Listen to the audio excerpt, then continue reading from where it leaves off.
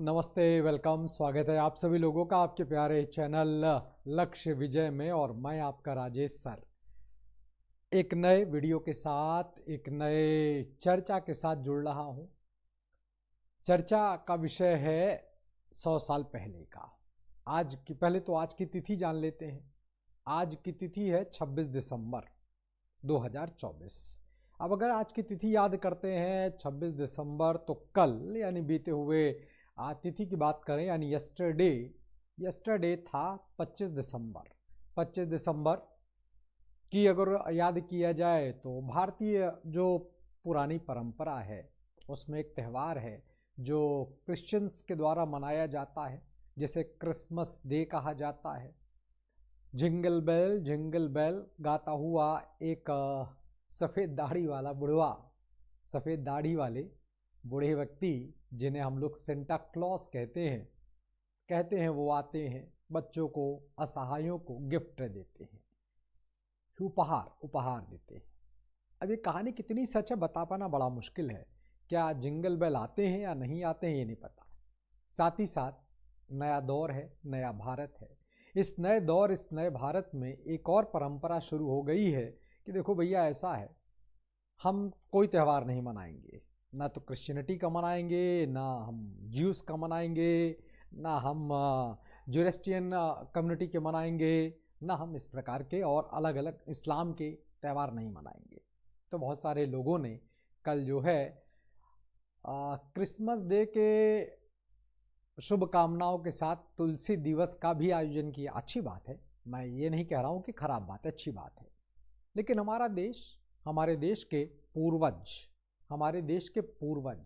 हमारे वो पूर्वज जिन्होंने बहुत कुछ सिखाया, उनकी बातों को अगर माना जाए, उनके रास्तों पर चला जाए, तो एक शब्द का प्रयोग किया जाता है भारत के लिए कि भारत एक ऐसा देश, भारत देश की जो परंपरा है वो परंपरा है वसुधैव कुटुंबकम की। चलिए खैर, तो वसुधैव कुटुंबकम को अब बहुत सारे लोग नहीं भी मानते हैं, बहुत सारे लोग मानते भी हैं। तो जो मानते हैं वसुधैव कुटुंबकम को, उन सभी लोगों को मेरी तरफ से, मेरे परिवार की ओर से ढेर सारी मैरी क्रिसमस यानी कि क्रिसमस की ढेर सारी शुभकामनाएं। और जो नहीं मानते उनको भी ढेर सारी शुभकामनाएं, और उनके लिए तुलसी दिवस की शुभकामनाएं हैं। आज, जैसा मैंने अभी कुछ देर पहले बताया कि आज 26 दिसंबर है, तो आज 26 दिसंबर है, तो 26 दिसंबर को याद किया जा रहा है दो तौर पर। नया देश, नया भारत कुछ अलग अलग भटका हुआ सा दिखाई पड़ रहा है। कुछ लोग याद कर रहे हैं इसको बाल दिवस के तौर पर। आज ही के दिन हमारे सिख धर्म के 10वें गुरु गोविंद सिंह के 2 बच्चों को आज ही के दिन शहादत मिली, याद किया जा रहा है। बहुत अच्छी बात है। वस्तुतः मैं आपको 26 दिसंबर के दिन इन सारी घटनाओं के साथ लेकर चल रहा हूं एक ऐसी घटना की ओर जो कि हमारे देश के एक महान पूर्वज, हमारे देश के राष्ट्र निर्माताओं में से एक, राष्ट्र निर्माता तो नहीं कहूँगा, हाँ, राष्ट्र निर्माताओं में से एक व्यक्ति जो हैं, अगर उनकी बात करूँ तो वो हम लोगों को दिखाई पड़ते हैं। और आज 26 दिसंबर का दिन है। मैं आज से 100 साल पहले चला जाता हूँ, और 100 साल पहले जाता हूँ तो आज 1924 यानी कि 26 दिसंबर 1924 को याद करता हूँ। इसलिए याद कर रहा हूँ क्योंकि जैसा कि मैं कई बार उल्लेख कर चुका हूँ कि नया भारत, नया दौर, इस नए दौर में देश के बड़े बड़े निर्माताओं को लेकर, राष्ट्र निर्माता जैसा शब्द मैंने प्रयोग किया, तो राष्ट्र निर्माताओं में अब एक प्रकार का विभाजन हो रहा है। एक प्रकार का विभाजन, ये नकारे थे, ये नालायक थे, ये ऐसे थे, ये ऐसे थे, ये शानदार थे, ठीक। जबकि अगर मैं अपने उन सभी राष्ट्र निर्माताओं की ओर चलूं, जिनमें सबसे आगे जो नाम दिखाई पड़ता है वो नाम है हमारे राष्ट्रपिता का।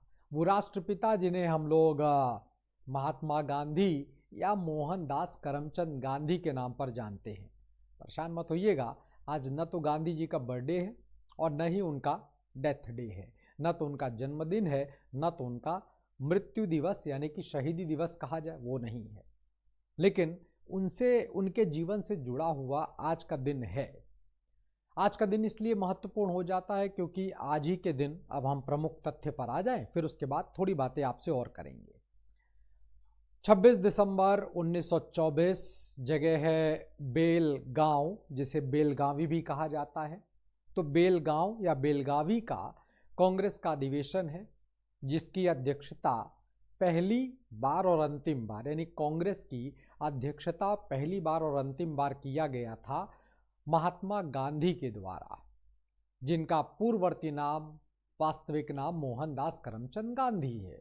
तो उनके द्वारा कांग्रेस का पहला और अंतिम अधिवेशन की अध्यक्षता किया गया। इस अधिवेशन के लिए उन्हें अध्यक्ष चुना गया।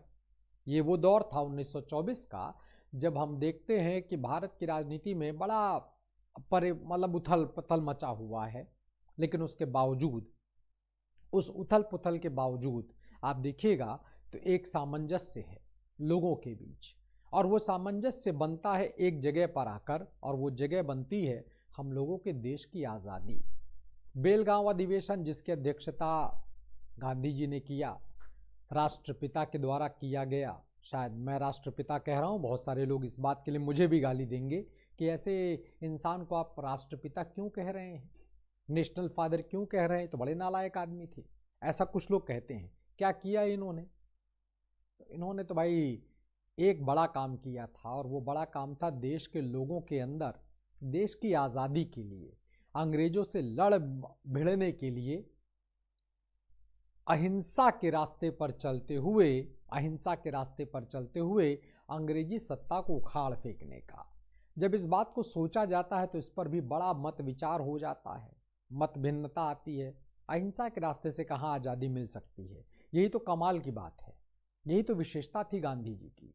जिस चीज़ को लोगों ने बाद में समझा, बहुत सारे लोग समझने के बाद, आज के दौर की बात करूं तो समझने का कोई प्रयास नहीं करते हैं, कोई कोशिश नहीं करते हैं, और एक ऐसी विचारधारा लेकर गांधी जी आगे बढ़े, और जिस विचारधारा को उन्होंने इस अधिवेशन में रखा कि इस अधिवेशन के माध्यम से मैं देश को, देश के लोगों को जिस एक संदेश को देना चाहता हूँ, जिस एक मैसेज को देना चाहता हूँ, वो मैसेज है देश का आज़ादी।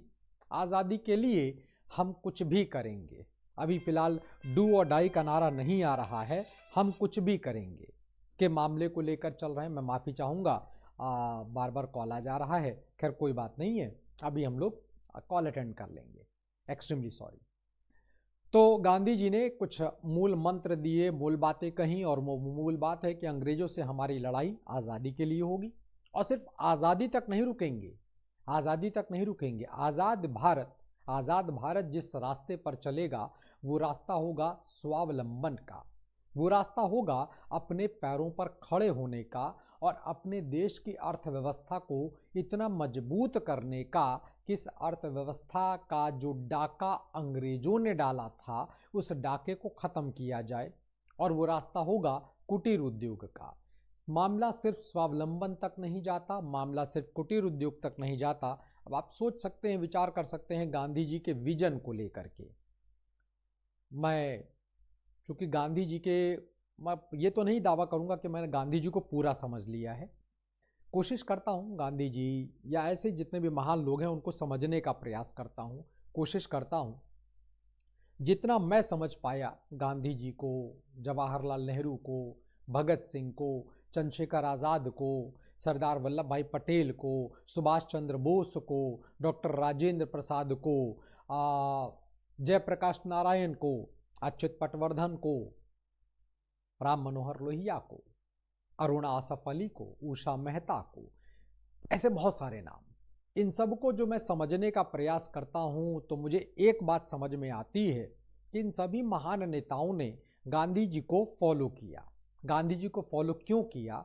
फॉलो करने का या इनकी बातों को मानने का या इनकी कही गई बातों को स्वीकार करने का बड़ा कारण था कि ये सभी नेता, जितने मैंने नाम लिए और जितने वो नाम जो मैंने नहीं लिए, मत भिन्नता हो सकती थी भी, लेकिन सबका उद्देश्य एक था, और वो उद्देश्य था अंग्रेजों से आज़ादी प्राप्त करना। यहीं तक नहीं था, अपने देश को एक ऐसे पैरों पर खड़ा करना, एक ऐसे आर्थिक तंत्र को विकसित करना जिसमें हम देश के नौजवानों को बेरोजगारी से दूर करेंगे, मतलब बेरोजगारी जो अंग्रेजों ने कभी पैदा किया था, उस बेरोजगारी को दूर करेंगे, लोगों के पास रोजगार आएगा, और जब लोगों के पास रोजगार आएगा तो हम आर्थिक रूप से संपन्न होंगे, और जब हम आर्थिक रूप से अपनी जेब में पैसा रख पाएंगे और पैसा रखने की ताकत बना लेंगे, तब हम दुनिया में किसी के साथ किसी भी स्तर पर बैठकर बातचीत करने की स्थिति में होंगे।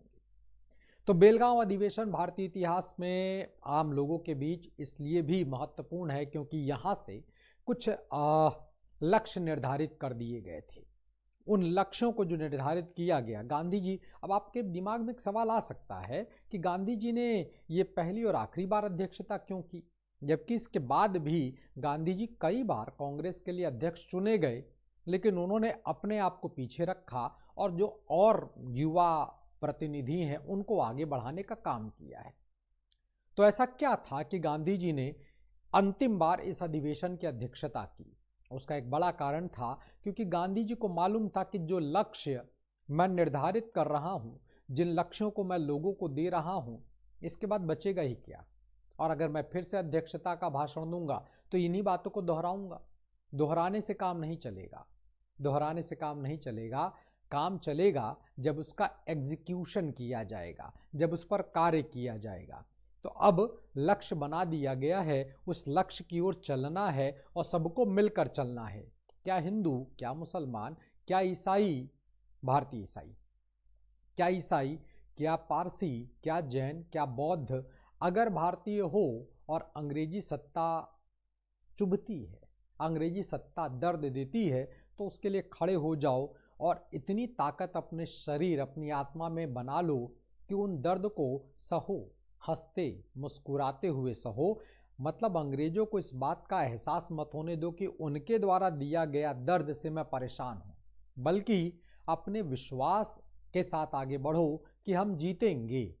ठीक है, हो सकता हो वो दिन कुछ समय बाद आए, कुछ समय, अब ये क्या होगा, महीना होगा कि साल होगा, नहीं पता, लेकिन अपनी मुस्कुराहट से हम अपने आत्मबल को, सेल्फ कॉन्फिडेंस को दिखाएंगे, अपने आत्मबल को अंग्रेजों को देंगे। और हमारा जो ये सेल्फ कॉन्फिडेंस होगा, अंग्रेजी सरकार की वो जो सैकड़ों साल की गुलामी हम झेल रहे थे, अंग्रेजी सरकार की वो सैकड़ों साल की वो सत्ता, अंग्रेजों का वो घमंड जिसमें वो सर्वश्रेष्ठ हैं, उस घमंड को तोड़ा जाएगा, उनके विश्वास को तोड़ा जाएगा अपने आत्मविश्वास के बदौलत।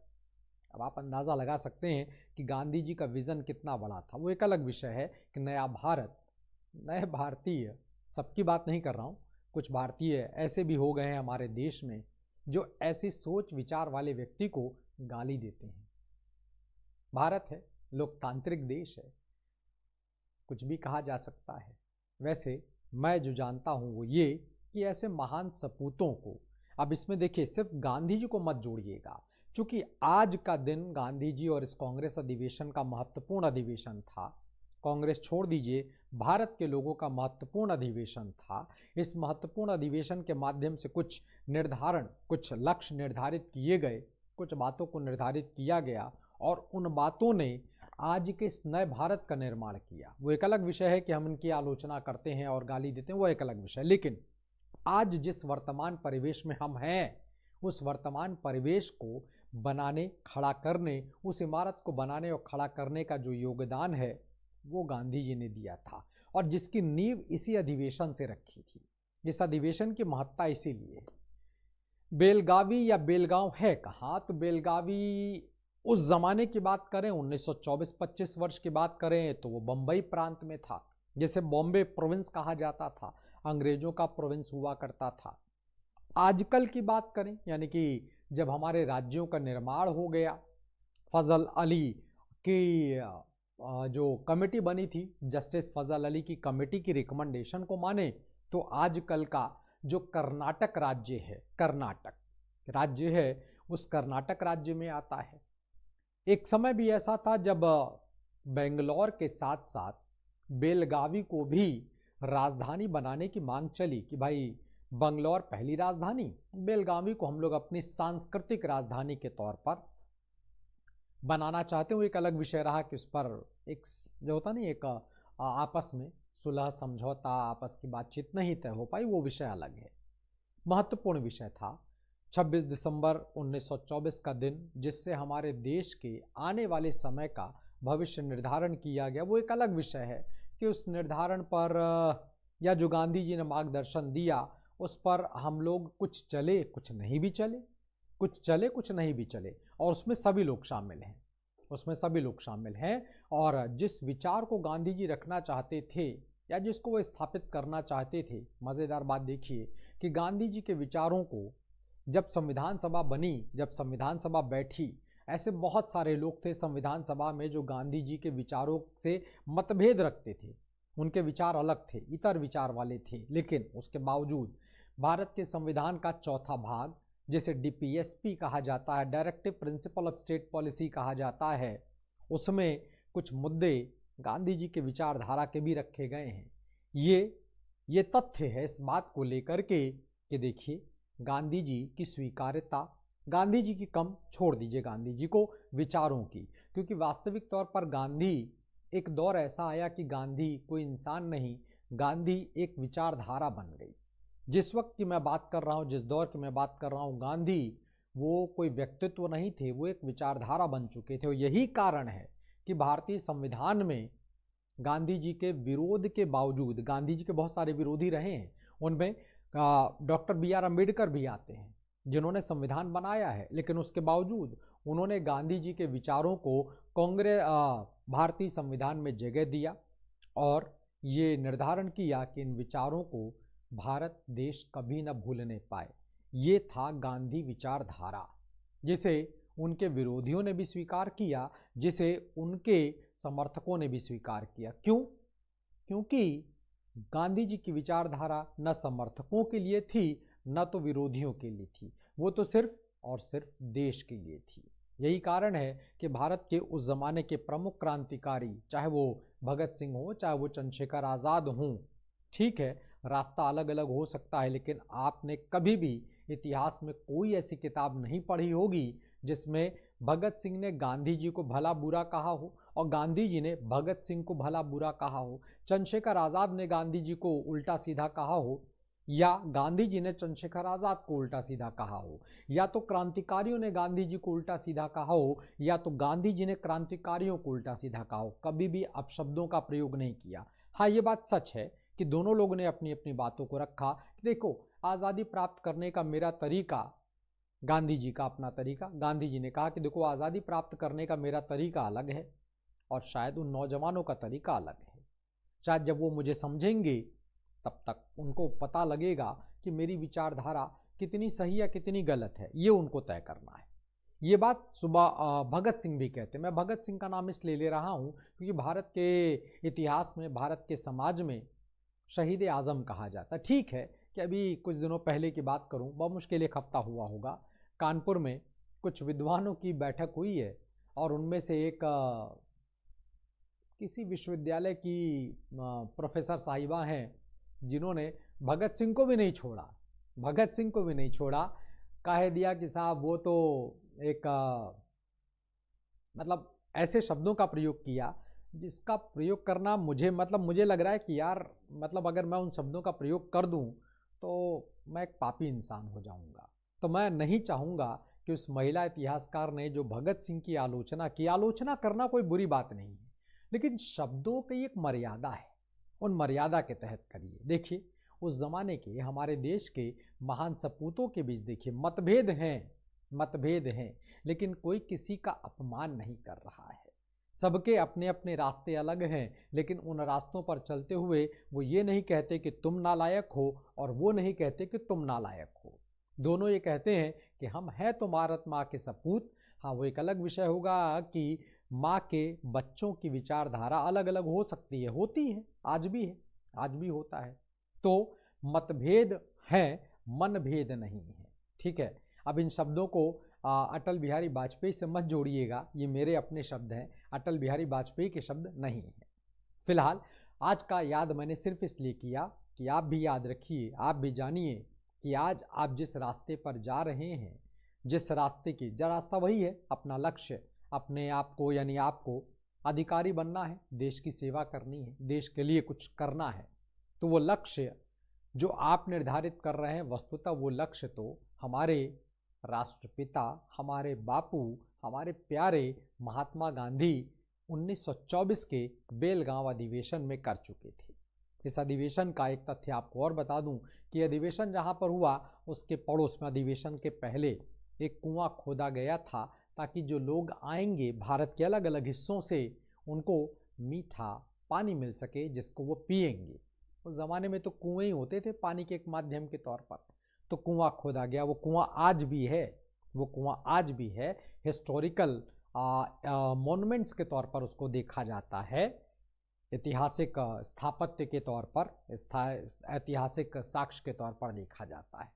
तो दिन महान था, 26 दिसंबर का दिन, चाहे वो गांधी जी के बेलगावी अधिवेशन को लेकर हो या हमारे 10वें गुरु गुरु गोविंद साहब के पुत्रों का, उनके बेटों का, उस जमाने के एक क्रूर शासक औरंगजेब की क्रूरता भरे कदमों को लेकर के संघर्ष के तौर पर रहा हो। तो दोनों के तौर पर तो बाल दिवस है, एक प्रकार का बलिदान दिवस है, एक प्रकार का हम लोगों के लिए वो दिवस है जिसमें हमको अपने पूर्वजों से सीखना है, किस प्रकार से इस देश को बनाने के लिए, किस प्रकार से इस देश को चलाने के लिए हमारे पूर्वजों ने शहादत दिया था। इसलिए नहीं दिया था कि देश के लोगों के बीच बंटवारा हो, और बंटवारा वसुदैव कुटुंबकम की सोच को तोड़ रहा हो। ये देश दुनिया में बिल्कुल अनोखा है, अलबेला है। इतनी डाइवर्सिटी, इतनी विभिन्नताएं सिर्फ और सिर्फ आपको भारत में मिलेंगी, कहीं और नहीं मिलेंगी। तो मेरी आपसे, आप सभी बच्चों से, और जो भी इस वीडियो को देख रहा है उन सभी से एक छोटी सी गुजारिश होगी, और वो गुजारिश ये कि इस विभिन्नता को और उस विभिन्नता की एकता को बनाए रखिए।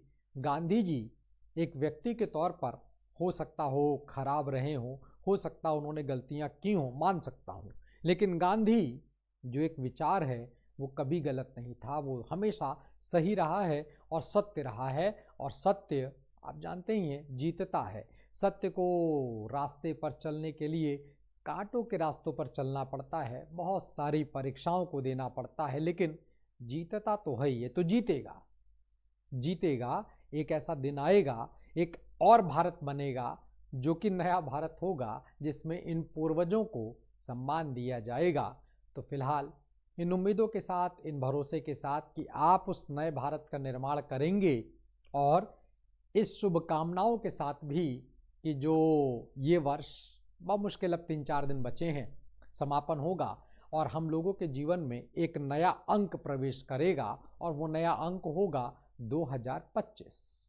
तो आप सभी लोगों को 2025 जो नए वर्ष के तौर पर आ रहा है, मेरी तरफ से ढेर सारी शुभकामनाएं, जिसे हम लोग कहते हैं ना हैप्पी न्यू ईयर। वैसे हैप्पी न्यू ईयर से पहले मैं आपसे मुलाकात करूंगा, लेकिन फिर भी एडवांस के तौर पर बोल देता हूं आप सभी लोगों को मेरी तरफ से, मेरे परिवार की ओर से आप सभी लोगों को नव वर्ष के ढेर सारी शुभकामनाएं। और शुभकामनाएं ही हैं, ध्यान रखिएगा, शुभकामना दे रहा हूं तो इसको शुभ भी करिएगा। और शुभ करने का बस एकमात्र तरीका होगा रिग्रेस हार्ड वर्क, ठीक है ना। देखिए, रिग्रेस भी जोड़ दिया और हार्ड वर्क भी जोड़ दिया। वो इसलिए मैंने जोड़ दिया, रिग्रेस और हार्ड मैंने इसलिए जोड़ दिया ताकि अब आप अंदाज़ा लगा लीजिए कि आपको कितनी मेहनत करनी है, ठीक है ना। तो ढेर सारी मेहनत करिए और उस मेहनत को सफलता के रंग में रंग दीजिए। इंतज़ार रहेगा आपकी सफलता का, इंतज़ार रहेगा उस बेहतरीन रंगों का जिसको आप अपने जीवन में रंगेंगे, और आपके जीवन के रंग मुझको भी रंगेंगे। तो इंतज़ार कर रहा हूँ जीवन की सफलता के रंग के साथ, और साथ ही साथ आपसे मिलने की अपेक्षा। जब आप अधिकारी बन जाएंगे, जब आप SDM, डिप्टी SP ऐसे बड़े बड़े पदों पर आप पहुँचेंगे, तो आपसे मिलने की तमन्ना के साथ और नव वर्ष की ढेर सारी शुभकामनाओं के साथ इस वीडियो को ख़त्म कर रहा हूँ। बहुत बहुत शुक्रिया, बहुत बहुत धन्यवाद, नमस्कार।